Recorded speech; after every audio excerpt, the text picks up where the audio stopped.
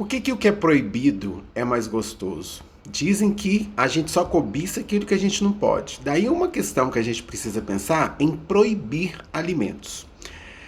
A gente precisa entender que a proibição é a principal estímulo para poder quebrar o protocolo. Né? Então você proíbe determinado alimento, você está dando o primeiro impulso para a pessoa comer aquele alimento. E aí a gente vem para uma esfera que é muito mais interessante da gente trabalhar. Ensinar o controle, a situação, as ocasiões, o modo, a maneira como se come determinado alimento. Talvez isso quebre um pouco da graça da proibição.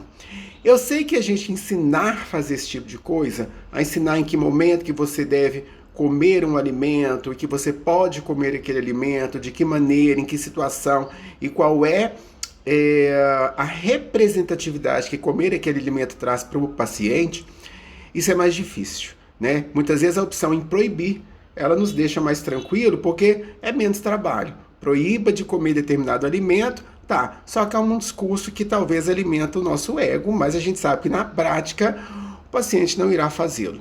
Então é interessante a gente entender que esse método de proibir determinados alimentos é um método escasso de profissional que a gente, de profissionalismo, né? Que às vezes usa-se como recurso. Trazer o alimento para a pauta, sim, como que se pode comer, como que eu vou comer sem prejudicar todo o meu plano alimentar, mesmo no emagrecimento, né?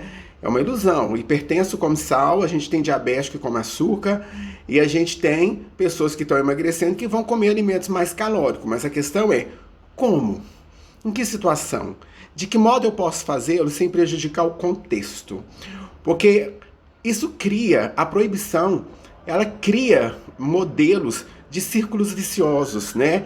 Onde a pessoa ela vai entrar num processo de hoje eu como isso, amanhã eu vou lá e retiro, né? É a questão do jejum intermitente também, que é um perigo muitas vezes, no meu ponto de vista, onde a pessoa ela vai entrar nesse círculo, nesse modo de sempre estar comendo, jejuando, com o objetivo de emagrecimento, a gente sabe.